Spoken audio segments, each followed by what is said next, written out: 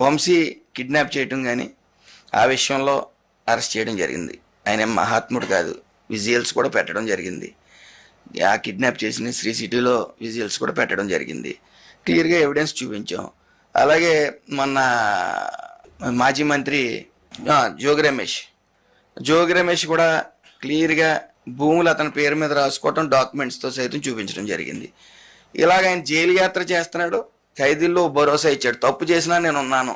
దాంతో ఖైదీల్లో ఒక మంచి ఊపు వచ్చింది. ఖైదీలో ఒక ఫ్యామిలీస్లో కూడా ఒక మంచి భరోసా ఇచ్చాడు ఆయన. కాబట్టి ఆయనకు మంచి ఊపు ఉంది. అలాగే రోజు రోజుకి లండన్ మందులు వికటిస్తున్నాయేమో అని అనిపిస్తుంది నాకు. అతనికి అర్థం అవ్వదు. అధికారులను తీసుకుని వస్తాం, బట్టలు ఇప్పించి ఏం చూస్తాడండి ఆయన, నాకు అర్థం కాదు.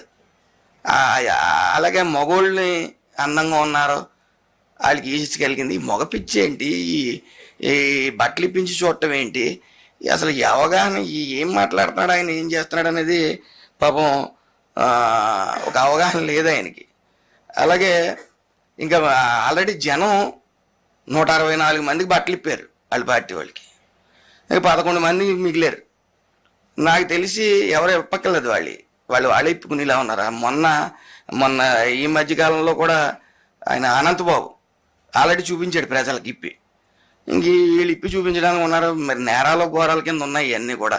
ఈయన మానసిక స్థితి లండన్ మందులు వికటించేయేమో అని అనుకుంటున్నాను. ఏదో ఉన్నప్పటికీ ఏమండి, ఆయన ఐపీ హోల్డర్ కాదు కదా, అతను ఐపీ హోల్డర్ కాదు. ఆ ఐపీఓ చాలా కంపెనీలను తరివేశాడు కూడా ఆయన. సో అతన్ని కార్మిక సంఘాలు కూడా ఒప్పుకోవు కార్మికుడి కింద. సో ఏదేమన్నప్పటికీ బాధపడవలసిన విషయం ఇదంతా కూడా. ఆయన ఇంకా నేను ఈ ప్రతిపక్ష నేత అని అనుకుంటున్నాడు. ఇంకా ఆ చుట్టూ భజన బ్యాచ్ ఒకటి తయారైంది, సీఎం అని. ఇంకా అతను సీఎం హోదాలో ఉన్నాడు అనుకుంటున్నాడు, భద్రత కోరుకుంటా ఉన్నాడు. ఇవన్నీ సిగ్గుచేటు. అలాగే మన కొడాలని మైక్ ఒక విలేకరు అడిగిన ప్రశ్నకి నేను తీసేస్తే ఆ మైక్ కట్టుకుని తిరుగుతావా అని అడుగుతున్నాడు. అంటే ఈయన తీసేశారు, ఈయన నగ్గించలేదు కాబట్టి ఇప్పుడు ఈయన ప్రజల సమస్యలు అనవసరం, ఇంకా ఆయనకి ఎలక్షన్ వచ్చినప్పుడే బయటకు వస్తాడు.